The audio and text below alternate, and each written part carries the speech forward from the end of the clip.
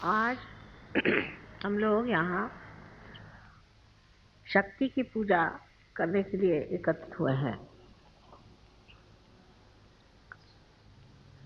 अभी तक अनेक संत साधुओं ने, ऋषि मुनियों ने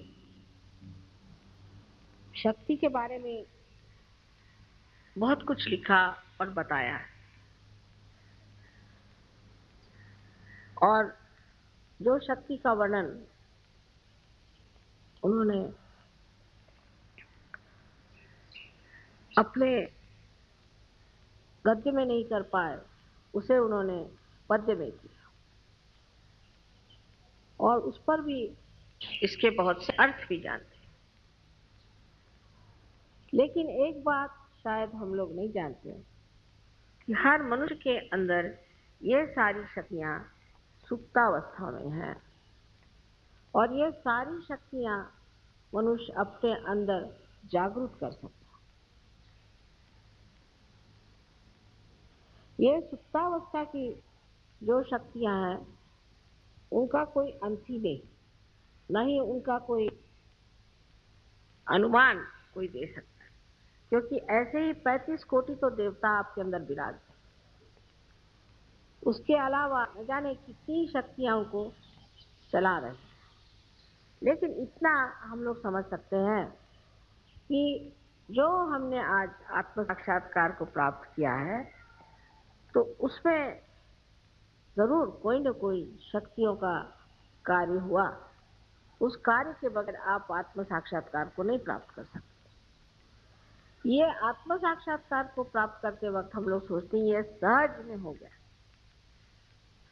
पर सहज में दो अर्थ। एक तो सहज का अर्थ ये भी है कि आसानी से हो गया, सरलता से हो गया, और दूसरा अर्थ ये होता है कि जिस तरह से एक जीवंत क्रिया अपने आप घटित हो जाती है उसी प्रकार आपने आत्म साक्षात्कार को प्राप्त किया। लेकिन ये जीवंत क्रिया जो है इसके बारे में अगर आप सोचने लग जाएं तो आपकी बुद्धि कुंठित हो जाएगी। समझ लीजिए ये आपने एक पेड़ देखा, आज इस पेड़ की ओर आप नजर करिए तो आप ये सोचेंगे कि भाई ये फलाना पेड़ है, लेकिन इस पेड़ को इसी रूप में ऐसा ही इतना ही ऊंचाई पर लाने वाली कौन सी शक्ति है? किस शक्ति ने इसको यहाँ पर इस तरह से बनाया है कि जो वो अपने सीमा में रह करके और अपने स्वरूप रूप उसी के साथ चलता रहे। फिर सबसे जो कमाल की चीज है वो मानव मनुष्य जो बनाया गया है वो भी एक विशेष रूप से, एक विशेष विचार से बनाया गया है। और वो मनुष्य का जो भविष्य है वो उसे प्राप्त हो सकता है, उसको मिल सकता है, पर उसकी पहली सीढ़ी है आत्म साक्षात्कार। जैसे कि कोई दीप जलाना हो तो सबसे पहले है कि उसके अंदर ज्योति आनी पड़ेगी। उसी प्रकार एक बार आपके अंदर ज्योति जागृत हो गई तो आप उसको फिर से प्रज्वलित कर सकते हैं या उसको आप बढ़ा सकते हैं, पर प्रथम कार्य है कि ज्योति प्रज्वलित हो और उसके लिए आत्म साक्षात्कार नितांत आवश्यक है। किंतु आत्म साक्षात्कार पाते ही सारी ही शक्तियां जागृत नहीं हो सकती। इसीलिए ये साधु संतों ने और ऋषि मुनियों ने व्यवस्था की है कि आप देवी की उपासना करें। लेकिन जो आदमी आत्म साक्षात्कार को प्राप्त नहीं है उसको अधिकार नहीं है कि वो देवी की पूजा करे।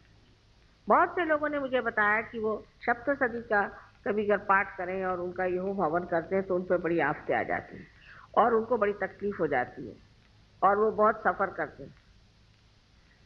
तो उनसे ये पूछना चाहिए कि आपने किससे करवाया? तो कहेंगे कि हमने 7 ब्राह्मणों को बुलाया था, किया, पर वो ब्राह्मण नहीं। जिन्होंने ब्रह्म को जाना नहीं वो ब्राह्मण नहीं है। और ऐसे ब्राह्मणों से कराने से ही देवी रुष्ट हो गई और आपको तकलीफ हुई। तो आपके अंदर एक बड़ा अधिकार है कि आप देवी की पूजा कर सकते हैं और साक्षात में भी पूजा कर सकते हैं। यह अधिकार सबको नहीं है। अगर कोई कोशिश करे तो उसका उल्टा परिणाम हो सकता है, उसका विपरीत परिणाम हो सकता है। सबसे बड़ी चीज है कि शक्ति जो है वो जितनी ही आपको आरामदेही है, जितनी वो आपके सर्जन का व्यवस्था करती है, जितनी वो आपके प्रति उदार और प्रेममयी है, उतनी ही वो क्रूर और क्रोधमयी है। कोई बीच का मामला नहीं है, या तो अति उदार है और या तो अति क्रोधित है, बीच में कोई मामला चलता नहीं। वजह यह है कि जो लोग महादुष्ट हैं, राक्षस हैं और जो संसार को नष्ट करने पे आमादा हैं, जो लोगों को भूल भुलैया में लगाए हुए हैं और कलयुग में अपने को अलग अलग बता करके कोई साधु बना है तो कोई पंडित बना हुआ है, कोई मंदिरों में बैठा है तो कोई मस्जिदों में बैठा है, कोई मुल्ला बना हुआ है, कोई पोप बना हुआ है, तो कहीं कोई पॉलिटिशियन बना हुआ है। ऐसे अनेक अनेक कपड़े परिधान करके जो अपने को छिपा रहा है, जो कि राक्षसी वृत्ति का मनुष्य है, उसका नाश होना आवश्यक है। लेकिन ये जो नाश की शक्तियां हैं, इसके तरफ आपको नहीं जाना चाहिए। आप सिर्फ इच्छा मात्र करें और ये शक्तियां अपने ही आप कार्य कर लें। तो सारे संसार में जो ये चैतन्य बह रहा है, ये उसी महामाया की शक्ति है और इस महामाया शक्ति से ही सारे कार्य होते हैं। और ये शक्ति सब चीज सोचती है, जानती है, सबको पूरी तरह से व्यवस्थित रूप से लाती है, जिसे कहते हैं ऑर्गेनाइज कर लेती है। और सबसे बड़ी चीज है कि ये आप पर प्रेम करती है और इसका प्रेम निर्वाज। इस प्रेम में कोई भी मांग नहीं, सिर्फ देने की इच्छा है, आपको पनपाने की इच्छा है, आपको बढ़ाने की इच्छा है, आपकी भलाई की इच्छा है।